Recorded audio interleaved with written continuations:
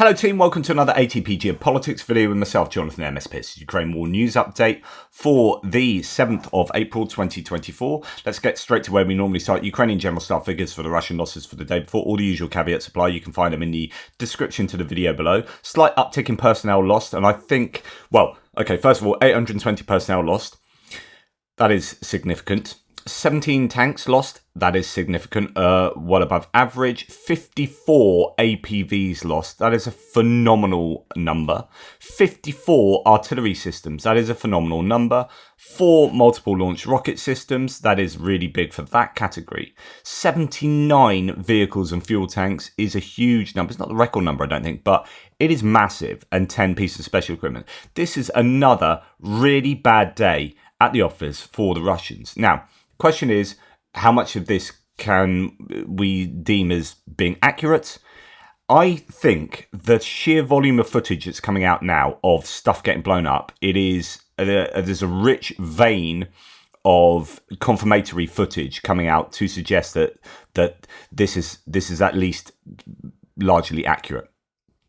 What we often see, and this was seen from the open source, I was challenged by Radhika Pereira the other day, some sort of trollish person in the threads, to say, well, you know, you say this is accurate, but I don't believe it, blah, blah, blah, kind of thing. I was like, right, I've spent years, literally years now doing this and showing you every day what the General Staff say and then tracking it with open source intelligence, visually confirmed data from my own sense of anecdotally what is going on, from the Russian anecdotes themselves, videos saying, oh, we were sent into meat assaults, we've lost this many people out of this many. We have seen disability numbers. We have seen the Mediadzona and BBC Russia benchmark minimum 50,000 Russian troops dead. So remember, the personnel loss up here is dead and severely wounded. So those are just large casualty numbers. Those are casualty numbers, and not just dead. But remember, those BBC Russia stats don't include DPR, LPR, and I think Wagner as well. And they are the benchmark minimum. There's loads more that have actually died than those. We look at all these different data sets, satellite imagery of stockpiles in Russia that have been dwindled right down. So we know that they're losing this stuff because they are taking loads of stuff out of long-term storage, and all these different sources. I'm like, right, I am building up a picture of what's going on. So if you're going to say it's a load of rubbish, the burden proof is on you in saying that. I mean, it's on both of us, but I am at least bringing something to these data claims. I'm not just saying they're true and then walking away. I'm saying they're true and they look to be true because look at the picture I am creating from all these different jigsaw pieces. If you're just going to say it's not true, you need at least some evidential support for that assertion. Okay, and the other thing that I think is worth looking at is the data sets like Andrew Perpetua's data sets that then, I mean, look, this is 2 days worth of visually confirmed evidence, right? There's 1 day, that's 2 days ago because I didn't have yesterday's one of these, and then here's today's one. Just huge losses to suggest that these are at least somewhat true. And one really important thing to note before I go on is that when the General Staff release their figures, what we don't know is the gap between what they claim and reality. We don't know what that is exactly, because even if we have a really good sense of destroyed equipment up and down the front lines, that is still vastly incomplete. And when Andrew Perpetua and his team looked at the data around Turney, they found 96 destroyed vehicles. Then they got high-res imagery, and it turned out there were 150-something vehicles, and that they were undercounting by some, extra 50% on top of that. So it's only 2/3 of what the reality is at the very minimum. And so there is an awful lot of destroyed. There are an awful lot of destroyed vehicles and imagery of equipment being lost that we are not seeing. It's either not uploaded to the internet, or the satellite imagery doesn't cover this particular area, or it's in too low resolution to get a proper sense of what's going on. So that's really important. But in Avdiivka, when the Russians started attacking in Avdiivka in October, what happened is the General Staff claimed for a number of weeks this is what was blown up in exactly this way. These infographics came out, as they have done every day. And open source was able to track those losses because those attacks were caught on camera. And what was really interesting is that when the General Staff figures went up, the open source intelligence verification went up.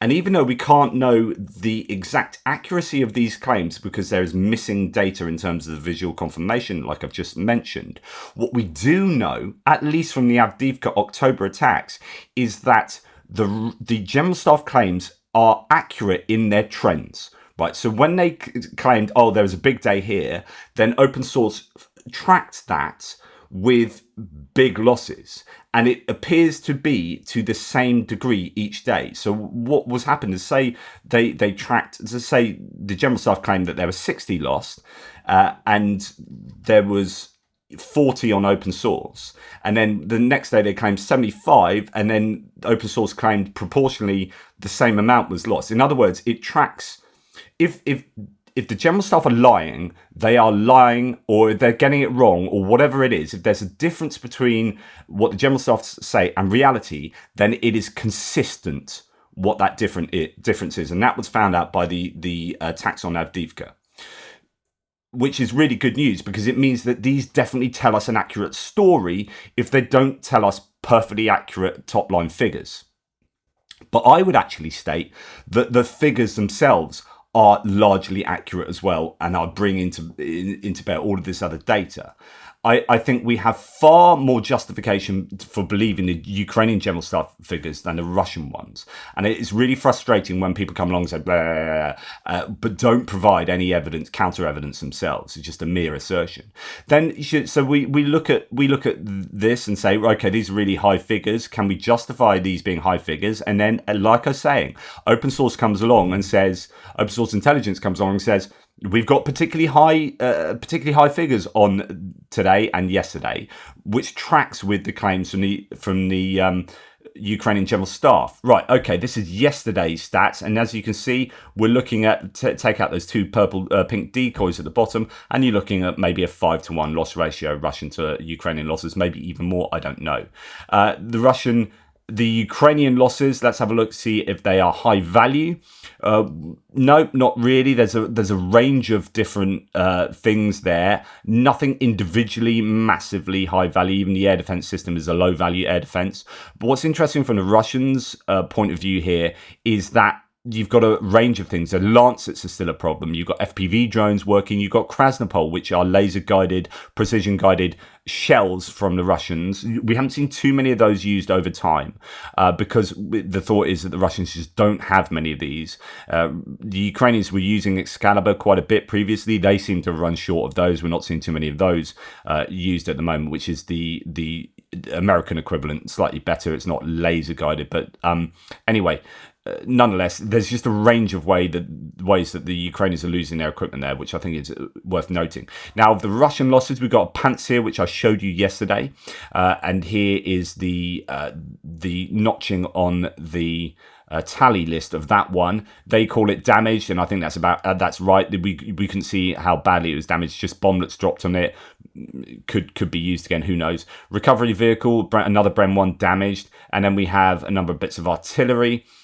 Tanks, and remember, Andrew was saying he was in touch with what he thinks is a really reliable source, who said, I've got imagery of 8 D-30 artillery pieces being blown up, but my commander won't let me publish the videos on social media. So there's just one guy with 8 artillery, having been his unit responsible for destroying 8 artillery pieces in some kind of drone unit, and he's not allowed to show that. So again, there's an awful lot of data there's a data that is not released to the public that would add to these figures quite substantially.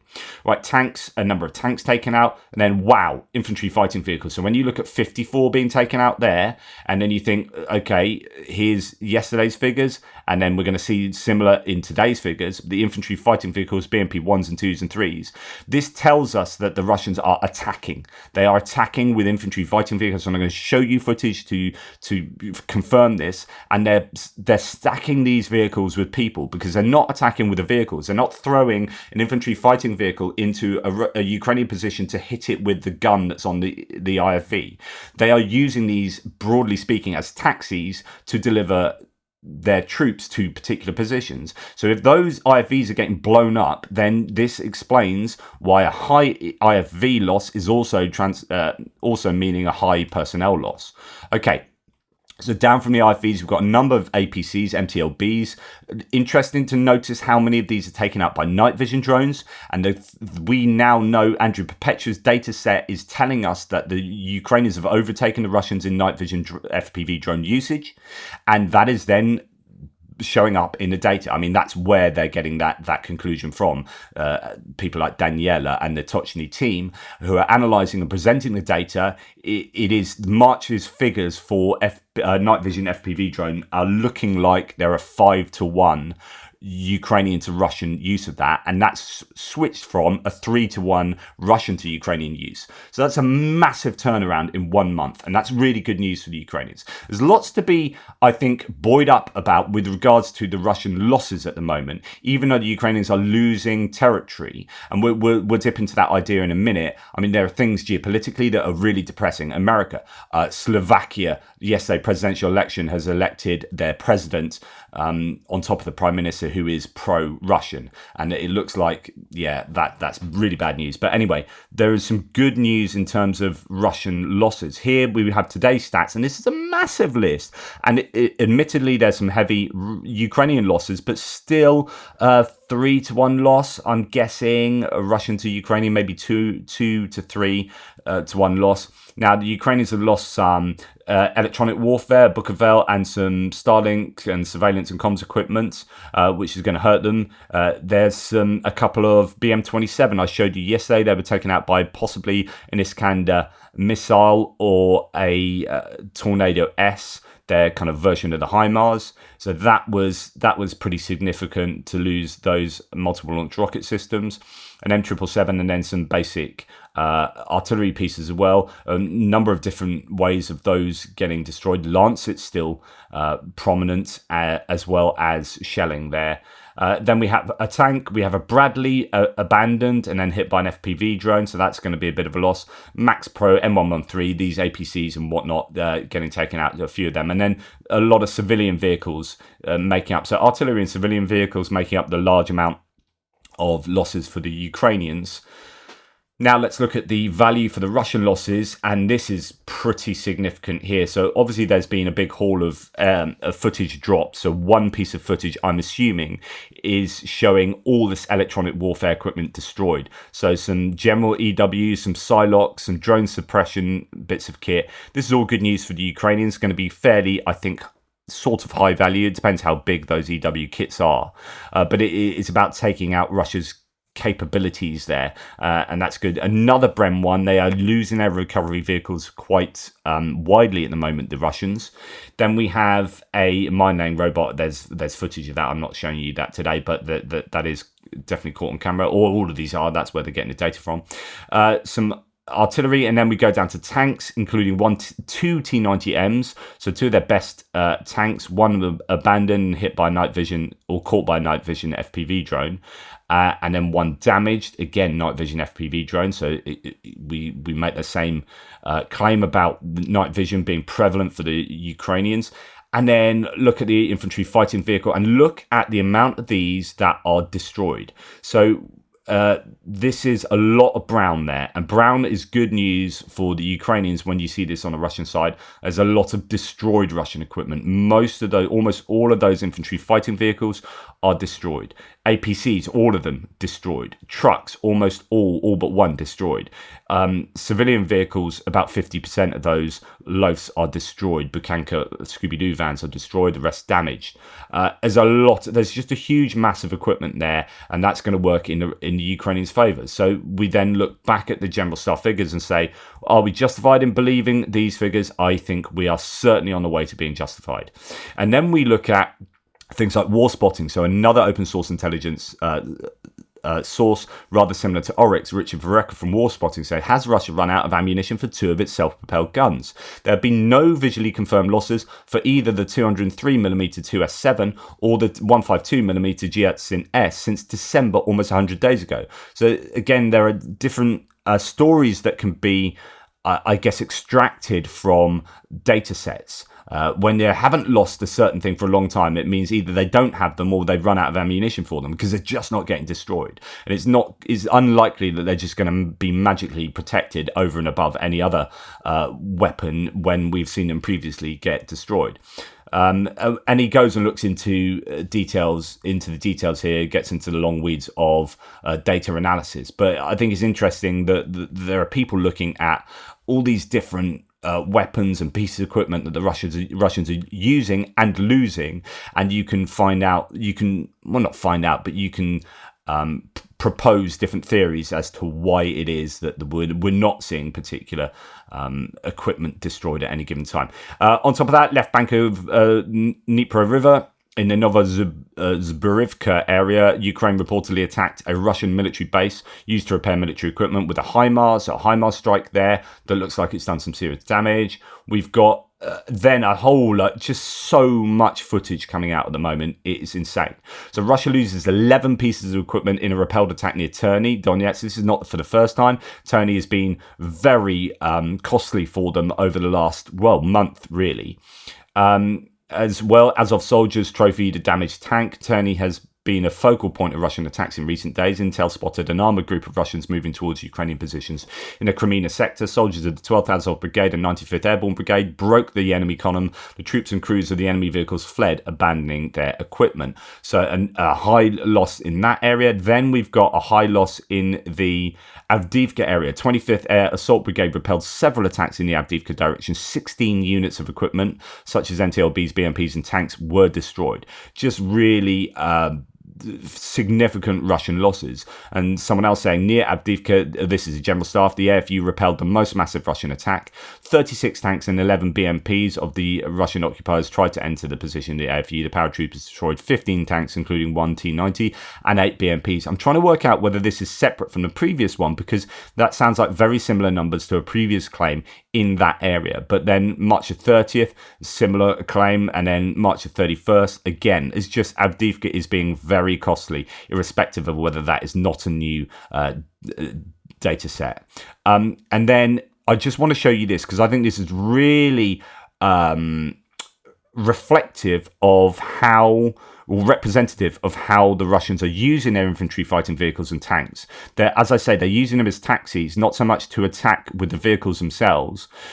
Here is one vehicle that is hit, and then it's just got loads of people on top of it. It's not that the people, I'm not showing you imagery of lots of these people dying, and I will reference another one. It's just the sheer number of people on these. So there it is, hit by something, mine or something. I thought I just muted that. How to unmute it? Anyway, what I want to show you is just the sheer number of people getting off here. Just look at that. So that's a good, I don't know, 15 eventually, 15 to 20. Look at how many people are there, and they're still getting off, and there's still people there, still others getting off and out from that tank. That's a tank by the looks of it. It's not even an IFE, and we've got 3, 6, 9. That's more than 20 people. That is more than 20 people on one vehicle attacking. Now, what's interesting there is that's one vehicle attacking. It's not a column of 20 vehicles like we would have seen at the beginning of the war. So again, what does this say about the if you're putting 20 people on one vehicle, rather than 20 people across 3 vehicles, what does it say about your access to large numbers of vehicles? Is this right? We've only got access to one. It's a tank as well. It's not the best thing to use. It's not an infantry fighting vehicle or an armored personnel carrier, right? Which is what you would use to carry 20 people, or 2 of those to carry 20 people. It's one tank with 20 people jammed on it and in it that gets immobilized, and they all run away. This is not optimal attacking. It means that you don't have as many vehicles as you would like at your disposal. And it also shows you how you can have large numbers of personnel killed if that is fundamentally destroyed. That is not, it was immobilized. But if that was a large shell landing on it, or if a mine properly blew it up and then you had a catastrophic secondary detonations on board, you lose 20 people. So if that's happening, so when we go back and say, well, we've got 11 vehicles, 16 bits of equipment destroyed, which are APCs and infantry fighting vehicles, so they will be full of people. If you've got 16 units being destroyed there, caught on that piece of footage, then how many, if that translates into the personnel on board dying, and at least some of those, then you are getting a justification for the personnel losses as well as the equipment losses. So it's, again, piecing all of this jigsaw together. Then when we look at this, we've got 12 Russians on top of this BMP, or on top of and inside this BMP. This gets hit by 2 drones. I can't show it to you, but it gets hit by 2 drones that basically kill or injure some people on top. It then eventually comes to a stop. People kind of fall off or crawl off, and around it you've got people crawling, and then later there's imagery of that vehicle in the same position and everyone dead around it. So the claim is that later the Ukrainians infantry came up and had at it, which is, I think, no, it's I've seen the same footage saying that 10 people died, so 10 or 12, but the idea is that there's visual evidence of 1, a single vehicle attacking, jam-packed full of people, 2, it getting immobilized, and in this case 3, those personnel almost all entirely dying, right? And again, all those things that it tells you about how the Russians are attacking, if that's effective. And what you have is the Russians using these attacks of large numbers of people, sometimes with large numbers of vehicles in one attack, but not the same kind of large number we saw at the beginning of the war. Them reaching their objective, or at least some of those vehicles reaching their objective, offloading those people. Now, if one vehicle can make it and it has 20 people on board, you can see the effect. So you've then got you've maybe got 3 out of 9 vehicles reaching the end point, offloading, and then the vehicles running back. So yeah, they're losing maybe 6 vehicles and those people running off in different directions. But if 3 vehicles get there and each of those have 20 on board, you've got 60 people suddenly getting to where they need to get to. So as costly as this is for the Russians, all they need is a few of these vehicles to get through, and then jobs are good as far as they're concerned. This is Andrew Perpetua's idea of the war and what Ukraine need to do next, taking into account what we've just learned, or what we just discussed. I don't see why Ukraine should go on an offensive. I don't think they have anything to gain. You don't have to attack to win a war. You don't even have to win a battle to win a war. Wars they're not, like, it doesn't work like that. It's not a video game. You're not playing for points. You're fighting for resources. Ukraine has a lot of issues fighting for resources in that their economy is horrible. They don't have enough manpower. They have demographic issues. But what Ukraine has is very wealthy allies who can provide a lot of things. That's Ukraine's resource, is their allies. Russia has very few allies, and their allies don't really like them very much. So their resources have to mostly come from within. But the problem for Russia is that their industry is weak. They can't produce everything that they need. And that's their problem. And also that their economy is also not great. Their demographics problem is just as bad as Ukraine's is. So they have a lot of issues. the difference maker is the allies. Ukraine has the allies in Russia.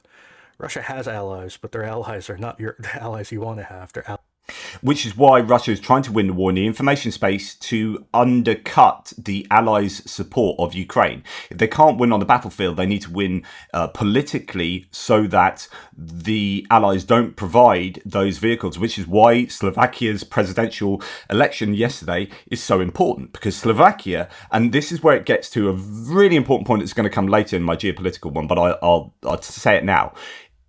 Russia don't need to control all of European politics or all of American politics. They only need to control a few people that will paralyze those political systems. So if they have an effect on someone like Marjorie Taylor Greene or Mike Johnson or Trump or whatever, and that brings an impasse in Congress, then they've won. If so, the US has not given aid for 6 months, 6 freaking months. That is a victory to Russia. If Russia can get Polish and Hungarian support, they don't need to control all of European politics. They need to control enough of European politics to not get unanimous votes in European Parliament to stop aid getting to Ukraine. In the same way that they've held an impasse up in Congress, if they can do that in Europe, that is a victory. And so these small political victories have much bigger political ramifications. Allies of desperation. Like China doesn't really like Russia. Iran works with Russia because Iran gets things in return, and those things that they value. So Russia has allies, but those allies are milking them. Russia has to pay a lot to get that support from their allies. They're not really allies. It's more of a dependency. People taking 100%. advantage of them. 100%. So in the long term, I think Russia's in a lot of trouble.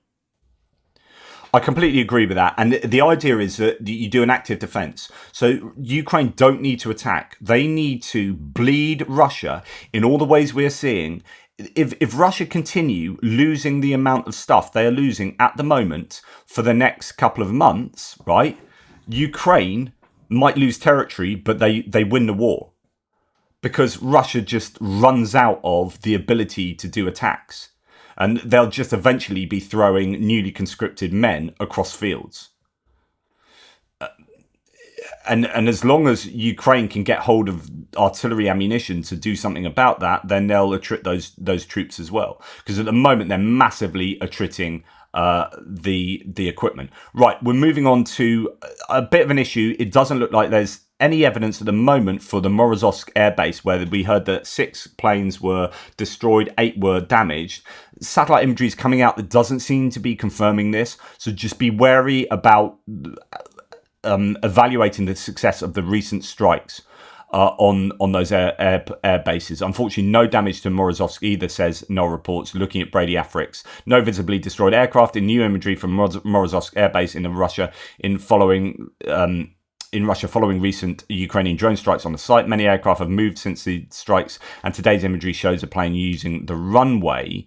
As Null report says, unfortunately, no damage in Morozovsk either. I wonder if the GUR will release anything to back up their claims. So there were these big Ukrainian claims about destruction there. Interestingly, Ukraine's drone strikes at Engels. So one or a couple of drones did hit Engels, and there was talk about losing some airframes there. I don't know about the satellite imagery from Engels, but part of its complex 3 airfield operation has definitely destroyed one aircraft, likely a Tu-95 MS bomber. A source familiar with the matter told Euromaidan Press another 2 will likely be repaired, the source said. So there's some strong claims, but again, it is just a mere assertion that some larger bombers were destroyed at Engels or damaged, and that's really good news if that's happened. But it's really frustrating that if the Ukrainians have made some big claims about destruction at those air bases and that hasn't happened, then that will dent their credibility going forward, particularly in terms of success of distance drone strikes. Sometimes I think it's worth not saying anything and letting stuff come out through open source. Anyway, in terms of distance strikes overnight, Russia attacked Ukraine with 17 drones, and all 17 were shot down. So it's a brilliant 100% interception rate. 2 missiles, AKH-31 and Iskander-M, so ballistic missile, were not shot down. I don't know exactly where they landed, but Kharkiv was certainly under attack, and Kupiansk in Kharkiv here was getting hit with a guided glide bomb, I would have thought, on a residential high-rise building in Kupiansk. So significant damage done again to areas near the front line with aviation still. Also, Kharkiv itself, a major population centre, is seeing escalating Russian attacks. On the centre remains largely uninhabited, constitute another clear example, these strikes, of how Russia purposefully escalates the conflict without having to fear any reciprocal action from the West. So again, this just doesn't get reported enough in the press, and yet when other things that Ukraine do are even remotely controversial, it's like shouted about in the press, and it is just really frustrating. The only reasonable response would be to threaten Russia with consequences, tell Russian decision makers today, unless attacks against Kharkiv cease immediately, Germany and the United States will deliver Taurus and ATACMS. We should have done this long ago. I totally agree with this. Just get bloody strong with Russia and say, look, here's our red line. You continue to throw bombs into this civilian city, the civilian infrastructure in this massive city. If you continue to do that, we will provide Taurus. Take it to the Russians. Russia has proven over and over again that it will not reciprocate Western restraint. Russian behaviour during the war has shown that failure to respond to Russian escalation only leads to escalation. It's alarming that our decision makers fail to understand this or have chosen to ignore it. It's really frustrating. Russians are completely destroying the city of Kharkiv, says Ye in Kyiv, and the people in it with missiles and drones. Just total genocide operation while the world looks the other way. Just the footage coming out of Kharkiv is desperate. And I've been contacted by Matt Bishop, who his father-in-law is in Kharkiv, and he said yesterday to me, lots of hits last night around my old part of Kharkiv. Lots of civilian apartment buildings hit. My father-in-law is okay, so he's gone back from Australia where he's visiting back to Kharkiv, but his windows have gone again. He has gas and water, so he is normal in his words. But JP is getting really, really bad now. Nothing military about this anymore. It is simply genocide. And he said it's pretty much hate. Sorry, it's not pretty much. It's pretty much, I use some expletives, and he said, pretty much, mate.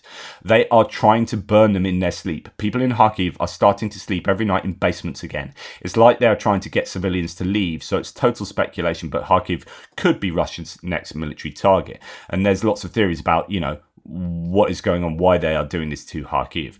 It's either, I would say it's genocide or terrorism, either which way. And then Tim White said in Zaporizhia, there's also been destruction and injury there. An aerial bomb and 5 rockets are said to have been fired on the city, with numerous reports of damage. Worst affected seems to be this business where the victim was wounded. Again, it's a commercial property. It's supposedly some kind of business there. Completely taken out. It's terrible. Right, moving on to other bits and pieces. So a video from the 14th of March has come out that's been released showing 2 Ukrainian UH-60 Black Hawk helicopters dropping troops in Kozinka inside Russia. The Black Hawks being used. This was reported at the time I reported it, but now the video footage has been geolocated. At least one of these 2 UH-60 Black Hawk helicopters was owned by a US company that refurbishes military helicopters, Ace Aeronautics LCC, and eventually bought by Ukraine in 2023 and put into service with the main Directorate of Intelligence of Ukraine doing special operations. Why this is significant is that it shows you that the Ukrainians were very much supporting the pro-Ukrainian Russian, like the Russian Free Legion's attacks into Russia. They were using Ukrainian equipment. We saw that very clearly. This will be, definitely supported by the Ukrainians. Despite whether you think it was successful, sensible, or whatever, it very much had the green light from the Ukrainians. Budanov says that Russia will do an offensive in the Donbass in early summer. The head of the Ukrainian intelligence also emphasized that Ukraine needs new additional volumes of artillery systems and ammunition. Yes, for sure. Commenting on the joint purchase of 800,000 artillery shells for the AFU and the Czech initiative, he noted that it does not feel their presence at the front. Although there are the people, Andrew Perpetua was saying in his live stream that his contact with artillery units is that they seem to be happy with the amount of artillery they have, ammunition they have right at the moment, but that's anecdotal. Take it with a pinch of salt. Russian troops, and this is coming from the Daily Telegraph, reporting that they are carrying out systematic chemical weapons attacks on Ukrainian troops across the fronts, according to multiple Ukrainian soldiers spoken to by Jimmy Rushton there in his piece. Enemy uses gas banned in the war in Ukraine. Telegraph. The Russians are dropping tear gas known as CS or lilac on the positions of the armed forces from drones, the use of which in wartime is prohibited under the Convention of Prohibition of Chemical Weapons. And although CS gas does not have a lethal effect, it causes panic under the influence of which soldiers can leave the trenches, finding themselves vulnerable to conventional weapons, according to the publication. This is one of those things where CS gas, I mean, as horrible as that is like a way of changing the behaviour of troops so that you can kill them in the same way that like shelling a place would have that effect. So I don't know that there's particularly a great case for this being like properly terrible, and I wonder whether Ukrainians would be using CS gas in a similar way. But just to let you know, it is being used, and if you are dead against that being used in war as opposed to having someone's head blown off by a shell,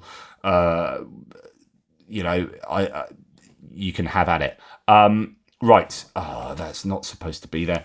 I mentioned this in my frontline update today. There's video of Russian soldiers executing Ukrainian prisoners of war in the Krinky region. So that's down on Dnipro River.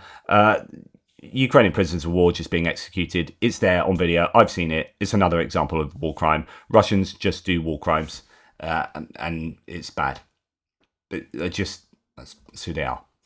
And the evidence is there. The evidence is consistently there, systematically used torture, systematically evidence of systematic executions. It's Russian doctrine, it appears. China is providing Russia with geospatial intelligence data. This is something I worried about probably a year and a half ago. I said early doors that the only way the only way Russia win this war is with overt assistance from Russia. And one of the ways I think that they've been able to get assistance from China, one of the ways China's been able to help Russia is, they're not giving them tanks and IFVs, but they're giving them satellite imagery, that's what I suspected, and it appears that is now being confirmed. And that is massive, right? And I think this is why we have now been seeing Russia have greater success in hitting time-sensitive Ukrainian targets. There's no doubt in my mind that this is down to China's satellite imagery provision. China has provided Russia with satellite imagery for military purposes, as well as microelectronics and machine tools for tanks. China's support also includes optical instruments, rocket fuel, and increased space cooperation, the newspaper reported. That's Bloomberg. And I think this is why you've seen the US start to pressure China a little bit more, because they know this. And at the same time, mainstream media doesn't so much report on that, although that is coming from Bloomberg, but they are like doom and gloom. It's like, with no way out of a worsening war, Zelensky's options look bad or worse, says the Washington Post. I would not read that at all from what's going on. Things are challenging. They don't have enough ammunition, but man, have you seen how much stuff the Russians are losing? Have you seen how many losses they're having?